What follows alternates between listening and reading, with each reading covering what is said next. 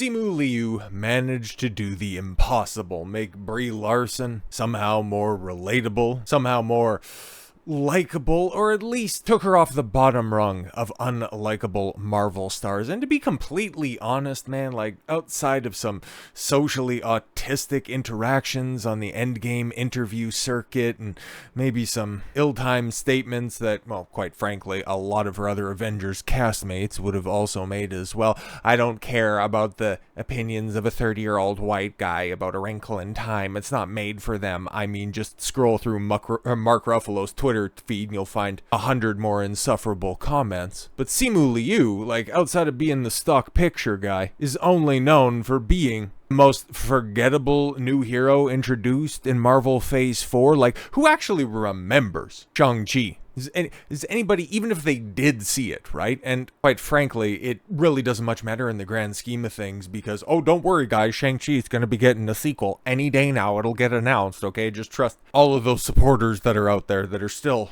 keeping the faith on that, and also an Eternal sequel. But this dude's the kind of ass, and he's the real villain, okay? He's the real unlikable person that should have been cast to replace Kang, because this dude is out here. Like, he's been picking fights. Like, Brie Larson, she just, I don't know, man. She's one of those vacuous airheads that just kind of goes in whatever direction her marketing team points her in, right? Like, you remember, a couple of years ago, she had a YouTube account that was so obviously astroturfed, it could have doubled as an NFL practice facility. And when she's caught out there in the wild, she just kind of seems, well, socially retarded. Like, there's nothing wrong with her, and I can think of two reasons why she's far more likable than Simu Liu. It's just, there's just a general air of dislikability around somebody who really hasn't accomplished anything, because, like it or not, okay, Captain Marvel, for as bad of a film as that is, and you could also argue that, I don't know how Disney managed to break $1 billion on the first one when people were posting pictures of sold out empty theaters, then follow it up with, you know, a $900 million drop off with the sequel. But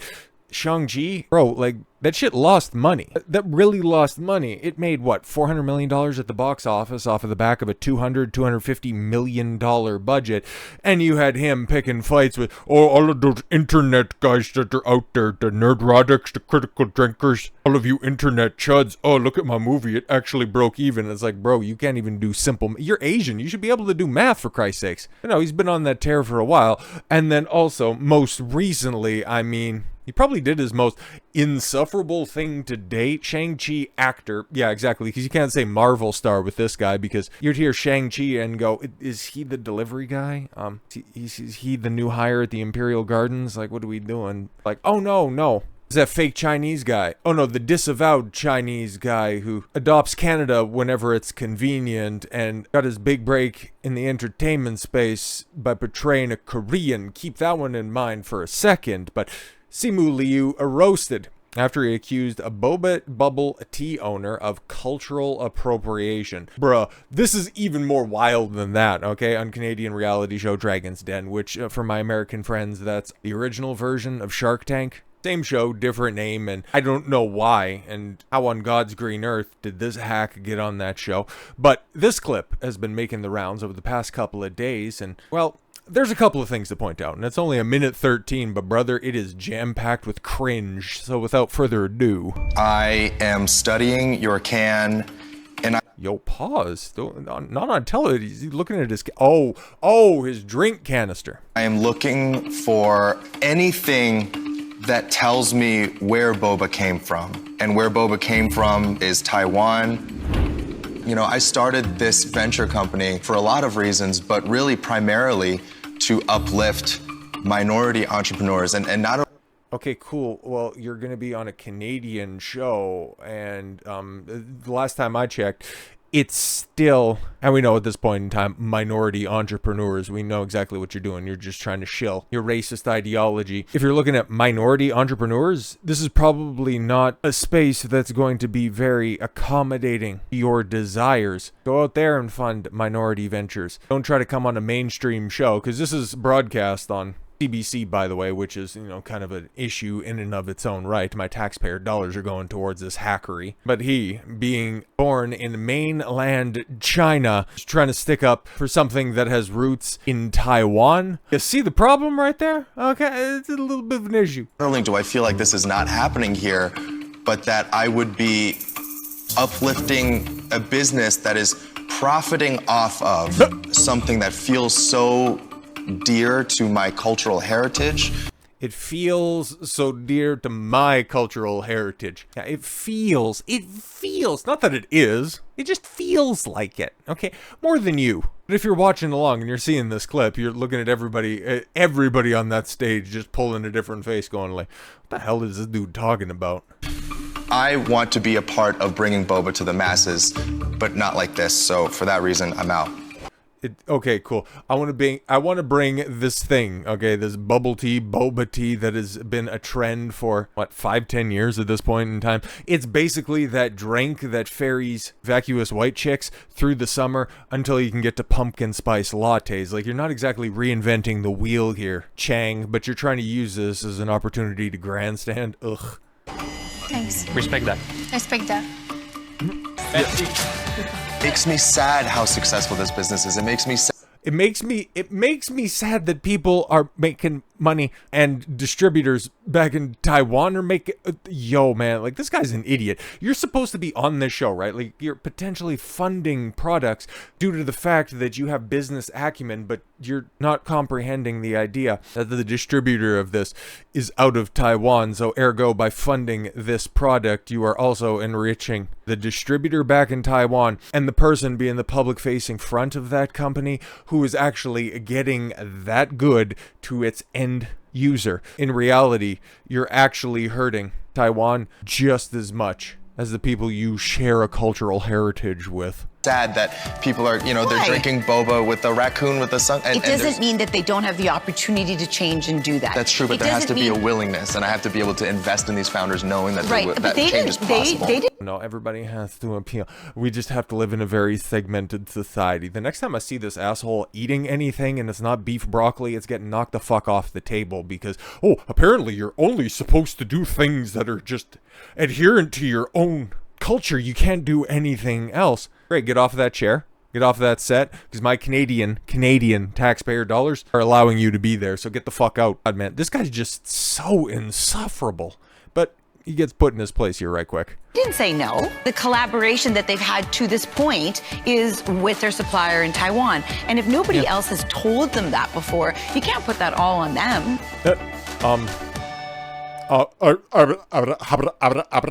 And Naughton. And still, being Canadian and all, is supposed to be a big melting pot as a country. Multiculturalism, bringing everybody together. The best aspects of your culture is supposed to be coming together so everybody can enjoy it. But no. He's one of these turbo-segregationists where he can go ahead and pilfer other cultures. Like I said before, his big break was on CBC on this Kim's Convenience show. I've seen it advertised every once in a while, but yeah, it was about a Korean grocery store. Yeah, exactly. And what else did he do beforehand? And what was his other big break?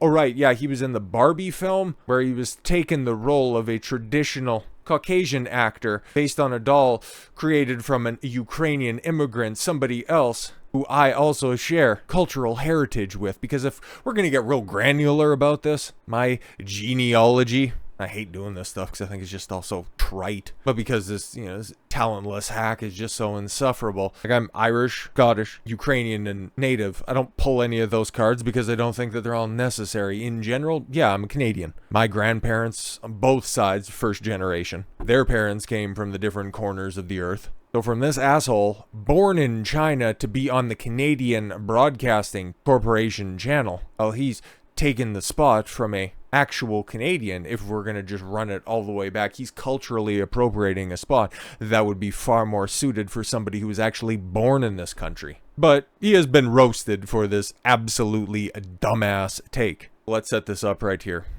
I think this is from, yeah, Libby Evans, Post-Millennial or something like that. 2 French Canadians pitched their Boba Tea, Boba Bubble Tea product on Dragon's Den. They offered 18% for $1 million. Looked to expand distribution in the U.S. And an alcoholic version of the drink. Simu Liu accused them of cultural appropriation. He would later come back around after getting summarily roasted by, well, the world. After the episode aired, Liu doubled down on his accusation in a post on TikTok. First and foremost, I want to say that we hit on a really important discussion about cultural appropriation. No, it's stupid. You just brought up another one of those buzz terms, frankly, that I haven't really heard of in a while, mostly because everybody finally came to the conclusion that it's just kind of a fake and gay thing to pull out of your back pocket when you're just out of ideas, where you think something's sexist, something's racist, I need to call it out, but I don't quite have a leg to stand on this one. Yeah, what it is, how is something exploitative rather than paying homage and respect? Oh my god, I can't wait for his follow-up to be, guys, my culture is not your Halloween costume. And I was like, bro, shut up. Have also been caught on camera saying that, yeah, I can kind of just play whatever Asian roles that we need in Hollywood because we're just perceived as being interchangeable. Like, this guy's a wellspring of idiocy. Case in point. When is that line crossed? In the conversation, I've experienced a massive wave of positivity and support from every community, and I just think that it's really incredible and really appreciate that. But how do you rank that hierarchy of support that you're getting? Do you put the white people at the bottom? Do you put your fellow Chinese closer to the top? What about those Taiwanese that you're stealing ideas from, that you're trying to grandstand on? Where do you want to keep that one? On the flip side, I've been made aware the business owners have received a lot of, self-yeet threats and harassment and otherwise just kind of bullying and dogpiling. Wow, look at that. Just your fans out there doing all of the reprehensible stuff that you would go ahead and accuse other people of doing on the other side, that are just simply calling you an asshole, saying that critics of your dog shit Marvel film, oh, there's so much harassment and there's so many threats that are happening online, and these people never come through with any of the receipts. But now you're trying to say the people that support your point of view are the ones that are doing this stuff? Methinks that whenever they claim that they're receiving this stuff and don't provide receipts, they're just simply projecting real hard. And I just want to say that, full stop. It's never okay to make threats. It's never okay to bully and harass online. He concluded, let's not cross that line. Let's disagree with each other. Let's critique each other. Let's critique the idea of cultural appropriation. Yeah, it's dumb, okay? It's very dumb. And then on Twitter, he said, I truly don't care what you spend your money on. Okay, cool. So you got one position that you're going to have on Dragon's Den, another you're going to have on TikTok, and then you're going to have a different one on Twitter. Man, you're speaking out of all different sides of your mouth. So what, are you culturally appropriating stroke victims now? I truly do not care what you spend your money on. Buy boba or don't. Or buy bottled, mass-produced boba that feels weirdly appropriated. Yeah, guys, stop buying all of those mass-produced cars because that's weirdly appropriating American culture. Wait, what? Or don't. It literally doesn't matter to me. Bro, you're making this more about yourself. Like, everybody just laughed at your stupidity, and now you're trying to say, no, it doesn't matter. I'm fine. I'm not crying. You're crying. Following these comments, Liu was raked over the coals. Yes, YouTuber Nina Infinity pointed out Liu's hypocrisy. Aren't you Chinese? Didn't you play a Korean dude on Kim's Convenience? Yeah, someone like you might call that cultural appropriation, but hey, when it benefits you, who cares, right? Yeah, no, exactly. Another user pointed out, I'm Taiwanese and I love to see non-Taiwanese take interest in our culture. I certainly won't cry about cultural appropriation. Yeah, exactly. Nobody does. It's always these grandstanding morons that just have nothing else to offer society, who just want to think that they're standing up for cultures and they don't want to see them be torn down until, of course, it becomes beneficial to their stand. So Simu Liu, congratulations. You're an asshole, but hey, we already knew that. Hopefully get your act together by the time that they have casting calls for Shang Chi 2. Oh wait, that's never gonna happen, so keep on being a spurg. With all that said, thank you all very much for the gift of your time. I've been Don Cosplay. I want you to follow your gut and get after it. Take care, everyone.